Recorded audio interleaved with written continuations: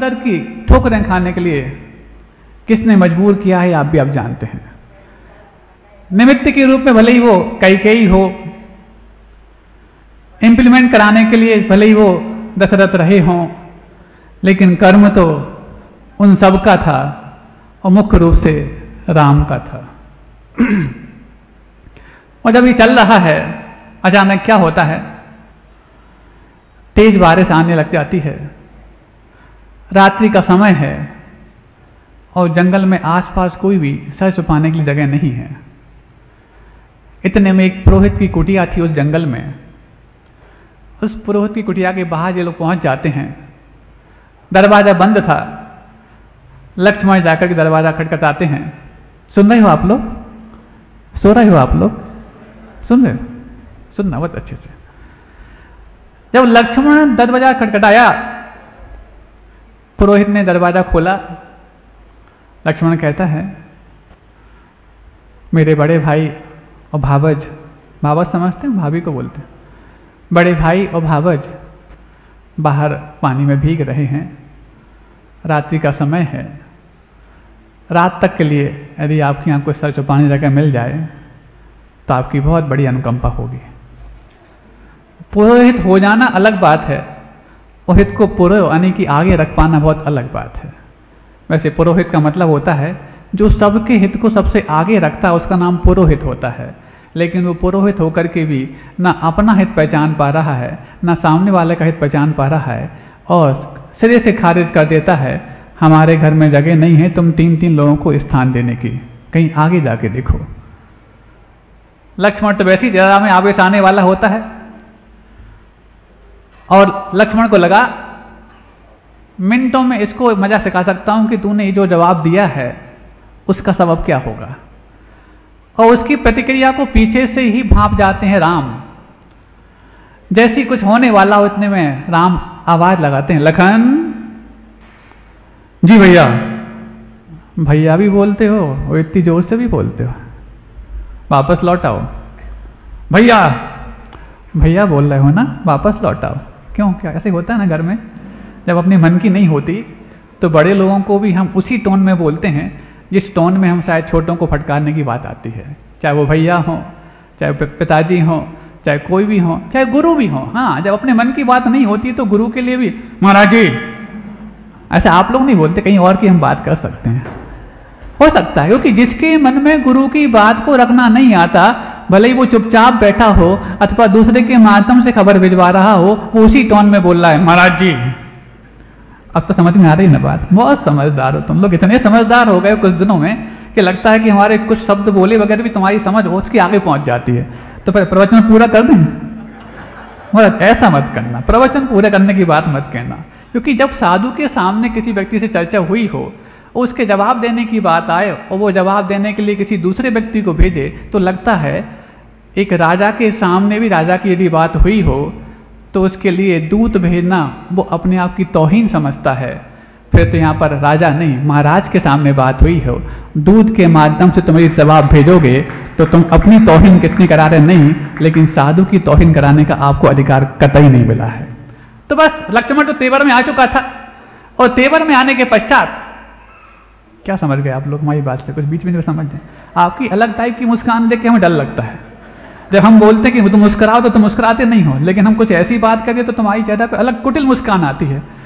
जटिल मुस्कान को कुटिल मत बनाओ भैया। भैया वापस लौट आओ लखन। लौट आता है।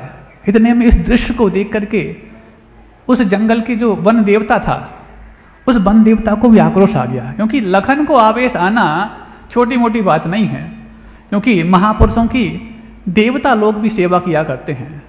भले ही कर्म के उदय में उन्हें वनवास दर भटकना पड़ रहा है, लेकिन वनवास में भी सब प्रकार की व्यवस्थाओं में अपना पुण्य संचित करने का जो एक अवसर होता है, उसको देवता भी नहीं खोते। तो फिर ये धरती के देवताओं को खोने का अधिकार किसने दिया, हमें पता नहीं। बात समझ में आ रही है? हाँ महाराज जी, बहुत अच्छे से समझने लग गए। तो बस लौट आता है। इतने में वन देवता को उस पुरोहित की इस बात से बहुत अंदर से एक क्षुब्धता हुई।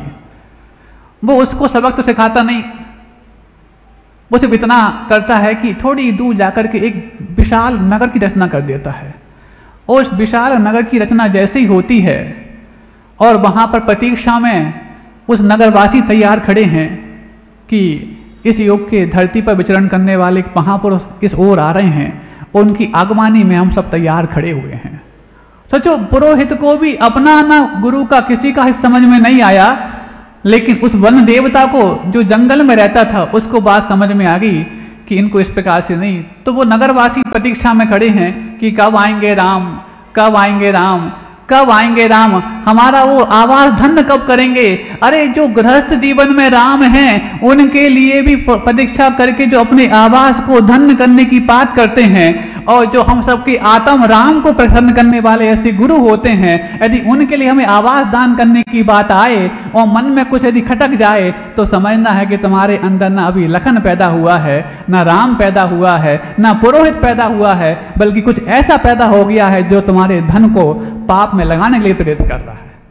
तो बस बीच बीच में बात इसलिए समझा देते हैं क्योंकि राम की बात करके यदि आपको अपने मतलब की बात समझ में ना आए तो काय के वो राम। तो बस पहुंच जाते हैं, वो प्रतीक्षा में हैं, आइए धन्य हैं, राम हतप्रभ हैं। ये क्या माजरा है। अभी पुरोहित की कुटिया के सामने जब पहुंचा था तो उसने शरीर से खारिज कर दिया था और बहिष्कृत कर दिया था, और यहाँ पर अचानक ऐसा पुण्य उदय कैसे आया कि पूरे नगरवासी प्रतीक्षा में है कि आप आइए, कब से हम प्रतीक्षा कर रहे हैं। उनको वाइज्जत ले जा करके एक महल नुमा एक तो था, उसमें जाकर के उनको विराजमान करते हैं, रात्रि विश्राम की व्यवस्था होती है और कुछ दिन तक आपको यहाँ रहना है, ऐसा उनसे निवेदन किया जाता है। ठीक है, और वहाँ का राज शासन व्यवस्थित चलता रहे इसके लिए राम अपने संकेत भी देते हैं, चलता रहता है। इस बीच में आसपास के जितने भी पुरवासी हैं उन सब को किसी प्रकार से कोई दिक्कत तो नहीं है, उनको किसी प्रकार से कोई आवश्यकता तो नहीं है, और इस बात की पूर्ति करने के लिए टिंडोरा पिटवा देते हैं। जिसको जिस चीज़ की भी आवश्यकता हो वो बेहिचक आ सकता है, सबके सरकार राम उसकी पूर्ति करने के लिए तत्पर हैं। एक दिन तय कर दिया तो सब आसपास के गांव के जितने भी लोग थे जरूरतमंद, वो जाकर के अपनी ज़रूरत को रखते हैं और राम उन सबकी ज़रूरत को पूरा करने का प्रबंधन करते हैं। और जैसे प्रबंध हुआ इतने में वो पुरोहित भी आ गया। समझ रहे हो ना, पुरोहित जैसे ही आता है पुरोहित, वो नहीं मालूम था कि कौन ऐसे राजा हो गए हैं। वो तो ये समझता था कि होंगे कोई राजा जो इस प्रकार से किमक्षक दान दे रहे हैं। और जैसे ही पहुंचता है लक्ष्मण का चेहरा देखकर वापस लौटने की बात करने लग जाता, क्योंकि ये तो वो ही है जिसको मैंने कुछ दिन पहले अपनी कुटिया के बाहर धकेल दिया था। ऐसी मुसीबत में भी जब इसके काम नहीं आया, और आज मैं अपनी छोटी सी मुसीबत को लेकर के इनके सामने कुछ मांगने जाऊंगा, और आज तो ये सामर्थ्यशाली बन गए हैं, और कहीं ऐसा ना हो उस मुसीबत का बदला लेकर मेरे लिए कुछ कर दें। वापस दबे पांव से लौटता है।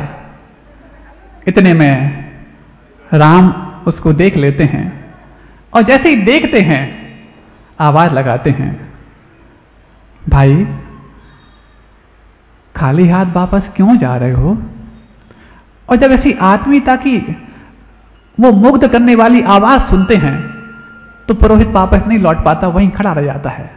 और जैसे ही खड़ा रहता है लक्ष्मण को गुस्सा आता है कि भाई ने क्या किया, इसने तो मेरे लिए रात के समय भी पानी गिर रहा था तो भावज भीग रही थी, उसके बावजूद भी अपनी कुटिया में पनाह नहीं दी थी, और आज इसको सब चीज से भरपूर है, उसके बावजूद भी आकर के यहाँ पर मांगने आया है। और मांगने के बाद जब अपने आप लौट रहा था तो भाई इसको वापस लौटा क्यों रहे हैं और उसके बात क्यों कर रहे हैं।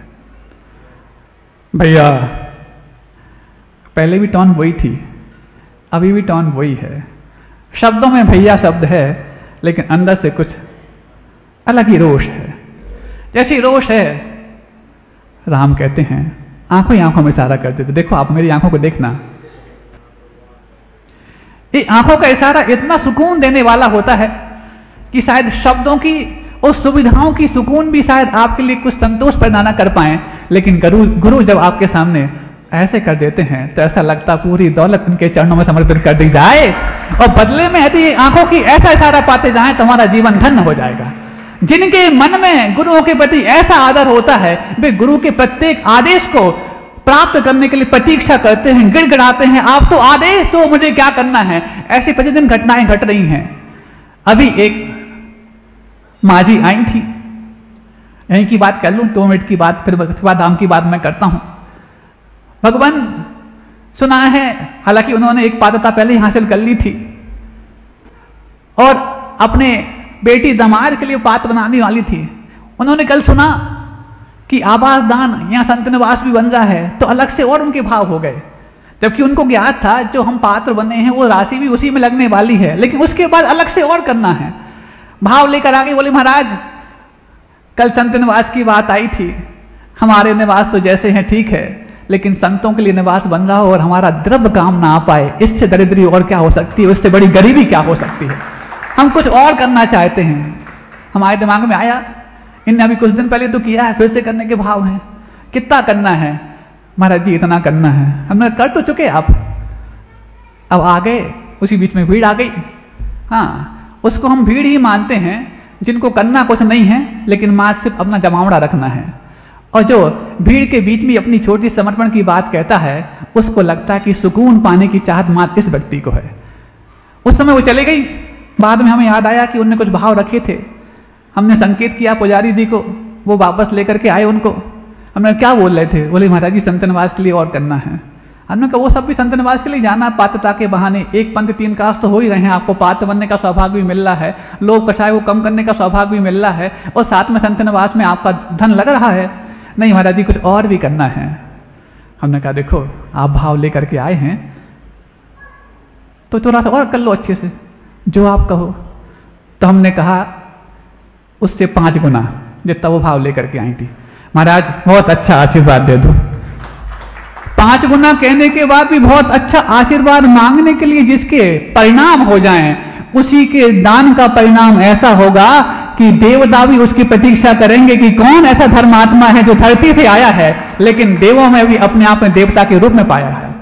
ऐसे लोगों के दान ही दान माने जाते हैं। 5 गुना कह दिया, चौपिट नहीं की, तुरंत नमस्कार किया, महाराज जी मेरा दान उसमें लग तो जाएगा। अरे उसमें लग जाए और अच्छा लग जाए, इसलिए तो अच्छा आशीर्वाद पाने के लिए तुम्हें बुलाया है। यहां तो ये घटना घट गई। उसके बाद वहां देखो लक्ष्मण दिख रहा है, आंखें तरेर रहा है, और जैसे ही तरेरता है इतने में वो कहता है लखन शांत हो जाओ भैया। हाँ, और जैसी आंखों का इशारा किया, इतना भी तौहीन करने वाला लखन नहीं है कि अपने बड़े भाई की आंखों के इशारे को ना समझ पाए। अरे उनके हर इशारे पर काम करने वाला लखन उनकी आंखों को इतने अच्छे से पहचानता था कि उनकी आंखों के इशारे में अपने सारे गुस्से को पी जाता है। अब इसके बाद जो राम बात कहते हैं वो सबको सुनने लायक है, सबको सुनने लायक है। राम कहते हैं मुझे मालूम है हम तीनों जब कुछ दिन पहले रात में संकट में थे, बारिश हो रही थी। राम कहते हैं कुछ दिन पहले हम जब संकट में थे, रात्रि का समय था, बारिश हो रही थी, उस वक्त हमने इनके सामने पनाह मांगने की कोशिश की थी। हाँ मैं वो ही तो कह रहा हूं, वही तो मैं बता रहा हूं, शांति से सुनो तो सही। फिर भी आप ऐसा सुनो तो, कूल डाउन। हालांकि ये शब्द उस समय नहीं चलते थे। अब वो इसका उत्तर लक्ष्मण बोल सकता है मैं कूल रहा हूं और आप कूल डाउन कर रहे हो। तो बस इतने में बस कहता है शांत सुनो। उस समय हम संकट में थे, उसके पास हमारे संकट को दूर करने वाली बुद्धि नहीं चल पाई। वो खाली था, जो खाली था वो सबको खाली लौटा देता है। भरा तो वो होता है, खाली कोई भी आए उसको भर करके लौटा पाए।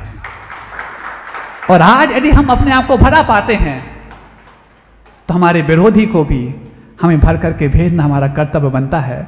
नहीं तो कल जाके वो भी कहेगा मेरे जैसा खाली वो भी है जिसको हम राम के रूप में पूछते हैं। तो ऐसे परिणाम होते हैं। अरे जो अपने विरोधी को भी, जिसने हमें छुपाने के लिए, सर छुपाने के लिए यदि पनाह भी नहीं दी है, उसको भी भर करके आवाज देने के लिए तैयार है, फिर तो तुमने अपने गुरु के माध्यम से कितनी पनाहें प्राप्त की हैं। 56 वर्ष तक गुरुदेव तुम्हारे आशीर्वाद को देने के लिए अपने पूरे जीवन को बुंदेलखंड में खपा गए। तुम्हारे लिए तुम्हारी इज्जत, तुम्हारा धन पैसा, तुम्हारी स्वास्थ्य और तुम्हारे हर चीज जमीन से आसमान छूने लायक बना गए। और जब उन संतों के लिए हमें आवाज देने की बात आती है तो हम यहाँ कुछ और कहते हैं और घर जाए कुछ और कहने लग जाते हैं। हम तो लगता कि उस पुरोहित से भी ज्यादा गैबीते पुण्यहीन हैं, कि उस पुरोहित के पास तो इतना पुण्य था कि गुरु और प्रभु के सामने पाकर के वो भर भर के चला गया। हम कहीं इतने पुण्यहीन तो नहीं हो गए कि हम गुरु के पास जाकर खाली गए थे और खाली लौट करके आ गए। बहुत बड़ी बात है। राम कहते हैं आज यदि हम भरे हैं तो कोई हमारे यहाँ से खाली हो ना जा पाए। जब तुच्छ सा पुरोहित मांगने आया था, जब उसको भी भर करके भेजने की बात है, तो जिन्होंने तुम्हें सबके लिए भर भर के दिया है और उनकी भक्ति के माध्यम से तुमने आशीर्वाद से अपने जीवन को इतना भर दिया है, जब उनको कुछ अर्पित करने की बात आए तो हम अर्पण अर्चन इस सबको छोड़ करके अर्चा तो नहीं कर पाए और चर्चा का विषय बना दिए। कितनी पुण्यहीन है। और यदि ये सोचें कि कोई हम अच्छा कार्य करने गए, बदले में हमारे साथ कुछ बुरा हो गया, तो बुरा जो हुआ है वो तुम्हारे उस छल भाव से हुआ है, जिस छल भाव को तुमने साधु के सामने कुछ अलग भाव प्रकट किया और अपने मन में कुछ और सोच लिया कि साधु भले ही कुछ कह रहे थे, लेकिन हमने तो मन में ये सोचा था। उसी छल का परिणाम निकला कि तुम्हारे साथ तुरंत घर जाके कुछ बुरा हो गया। क्योंकि जिसके पास निश्चल भाव से साधु की बात को और आगे बढ़ाने के भाव होते हैं, बुरा भी कांप उठता है कि ऐसे धर्मात्मा के पास जाकर हम अपनी क्रिया ना कराएं, बल्कि इसके चरणों में तो हम हमेशा अच्छा करने के लिए जुड़ जाएं, ताकि जब भी इसका परिणाम सामने आए तो लोगों को एक ही बात सामने आए कि मात गुरुदेव आचार्य विद्यासागर जी महाराज का आशीर्वाद चाहे धरती पे मिले चाहे स्वर्गों से मिले, ऐसा मिलता है कि जब जतारा में पंच कल्याणक होने की बात आए तो हर छोटे छोटे से व्यक्ति में भी उस सूकर से भी बढ़कर के सामर्थ्य जग जाए। जिस सूकर के पास अपने पास स्वयं का आवास बनाया वो नहीं था, लेकिन वो साधुओं के लिए आवास दान देने में प्रसिद्ध हो गया। फिर तो यहाँ पर हम सबके बड़े बड़े आवास हैं, महल हैं और किले हैं, उसके बाद भी ये संतों का निवास यदि हो रहा है, उसके बारे में हम अपने हाथ को खींच रहे हैं, तब लगता है कि यार हम कितने गरीब हो गए हैं। लेकिन गुरुदेव आचार्य विद्यासागर जी महाराज का आशीर्वाद ऐसा है, जतारा के प्रत्येक व्यक्ति को गरीब से गरीब हो तो आज वो आवास दान के रूप में अमीर से अमीर साबित होने वाला है। और ये जब 27 तारीख आएगी, जतारा के सारे लोग अमीर साबित हो जाएंगे, ऐसा पूज्य गुरुदेव का मेरा पूरा विश्वास है। बस इतनी सी बात है। तुमने यदि महाराज को अर्घ समर्पित किया है तो महाराज की बात में होके चल के देख लेना, नहीं है तो फिर अर्घ उसको भी समर्पित करना जिसकी बात सुन के तुम चलना सीख गए हो। चाहे परिवार के लोग हो, चाहे आपके मित्र हो, क्योंकि जब तुम इसकी बात सुन के चलते हो, अर्घ और सम्मान तुम्हें उसको देना चाहिए। और यदि तुम साधु की बात सुन के चलते हो तो बाकी में तुम पूजन और अर्घ देने के अधिकारी साधु के समक्ष हो। आप सबके जीवन में पूज्य गुरुदेव को अर्घ और सम्मान देने का अधिकार प्राप्त हो। इन्हीं भावनाओं के साथ अहिंसा परमो धर्म की